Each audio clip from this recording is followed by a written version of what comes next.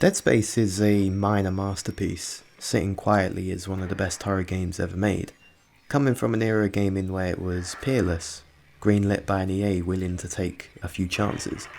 Brother to games such as Mirror's Edge, Left 4 Dead and Battlefield Bad Company, Redwood Shores, later known as Visceral, were free to take a stab into a genre surprisingly unexplored, post Resident Evil 4. The result was an impassioned crack at the survival horror game, violently raising the bar with blood-covered hands.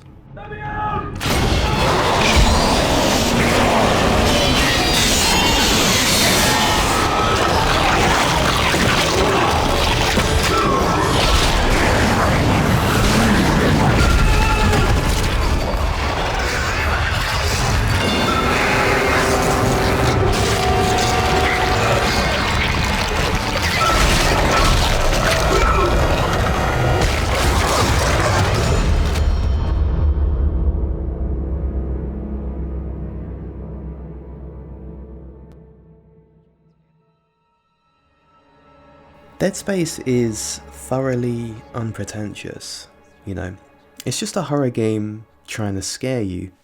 I've been playing this on and off for around about 13 years, really, since it first came out. And I don't think I look over my shoulder more in a game than I do in Dead Space. Some of its tricks still get me to this day. There's no fluff, no fat, no jumbled messages. It evokes aliens, not only its premise and intensity, but in its attitude and design. Just high quality execution.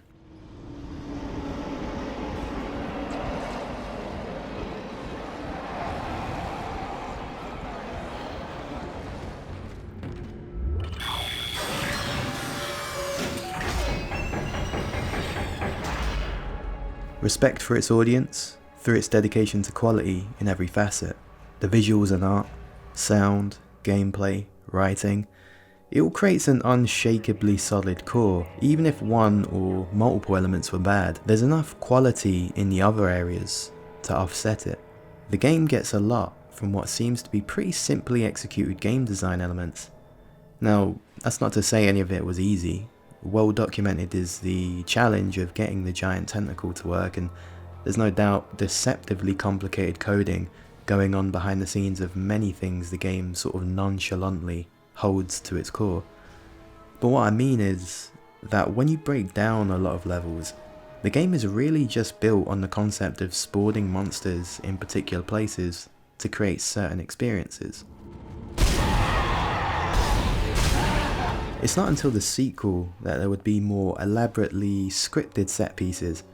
The original Dead Space is quite pure in this regard, with its roots as a system shock game still beneath the surface. You're dropped into a level and do stuff, sometimes even returning to familiar locations, now with spooky new twists and changes.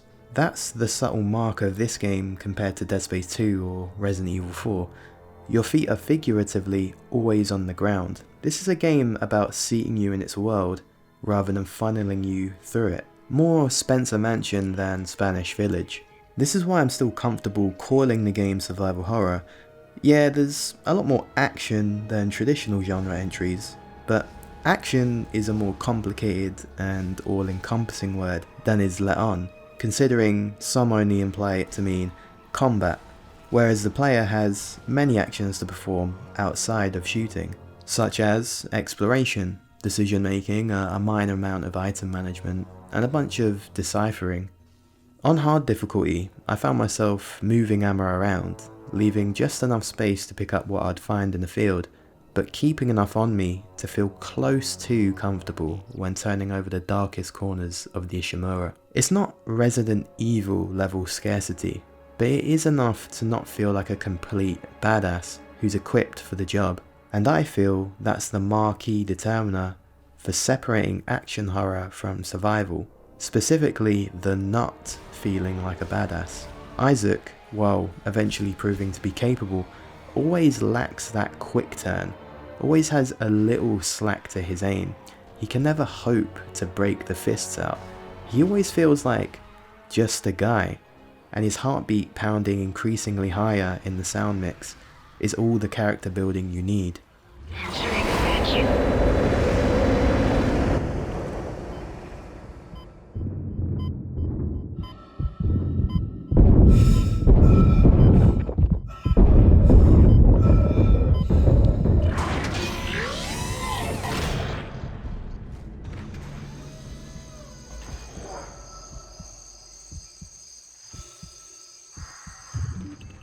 And like Isaac's humble engineer status, survival horror always has that rudimentary edge to its game design.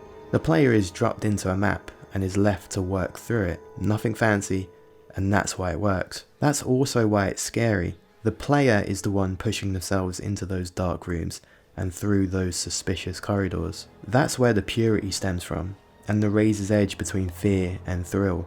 Although it is a thin line, you might disagree and see Dead Space as nothing more than Resident Evil 4 through and through, but for me it's the audio logs, text logs, side rooms and structure that remind me of games such as System Shock 2, Bioshock or Doom 3. Those very specific types of games that are all about being the lone guy in a fucked up setting, piecing together happenings whilst just getting by. An intermediary between immersive sim and linear action.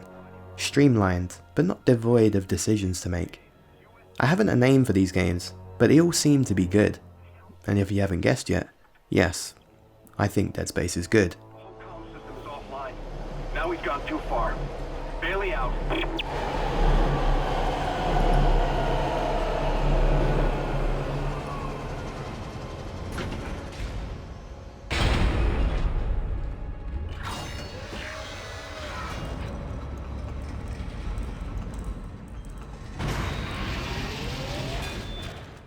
I'm running with the theme of simple but effective in this discussion.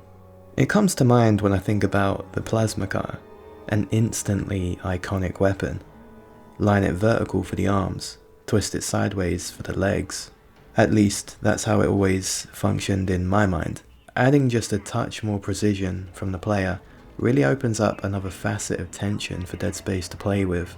Being rushed by any enemy in a survival horror game like this is scary, because you're expected to deal with the threat. It's an agreed upon notion when the designers gave you that weapon you've been coddling for the entire game. But Dead Space is asking a slightly different question. Can you play Surgeon once a necromorph jumps you from a vent inches away? The ask for precision in its combat is the one little tweak needed to not only add to the sense of pressure, but to reinvigorate something we were doing for years in games, pointing and shooting. Even today it's bespoke. Nothing feels quite like Dead Space with its strategic dismemberment, and that's a hard thing to achieve.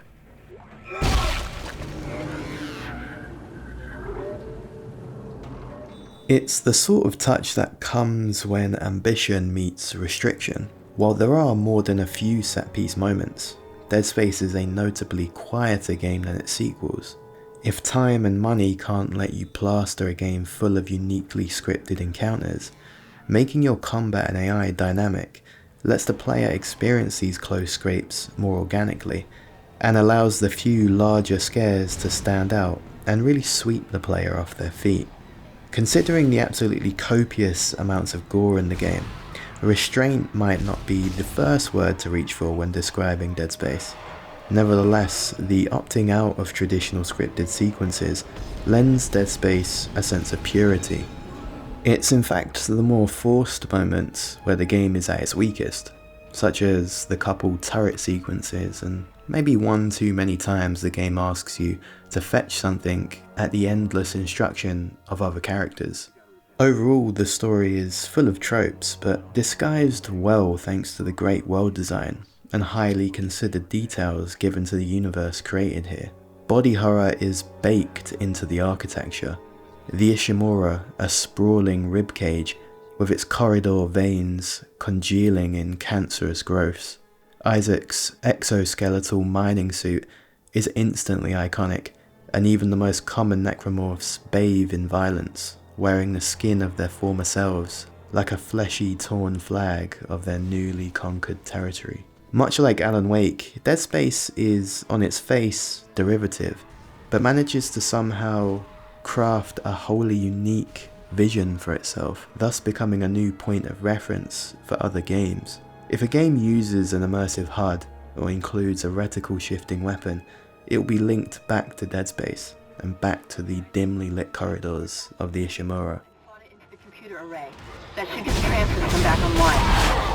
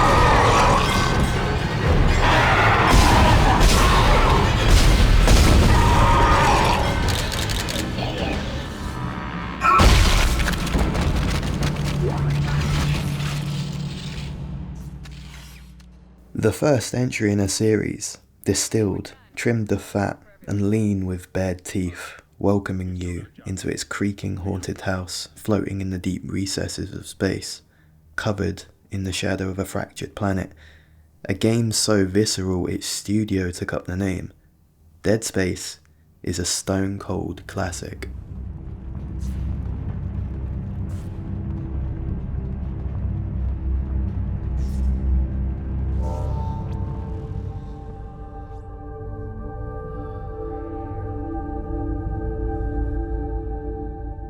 Your feet are figuratively. Your feet are figuratively. Your feet are figuratively. Your feet are figuratively. Figuratively. Your feet are figura. What the fuck? Your feet are figura. What the fuck? Your feet are figurative. Figuratively. Your feet are how do I say that without reading it? Your feet are figuratively. Your feet are figuratively. Whenever I come to the mic, I can't pronounce it. Your feet are figuratively always on the ground.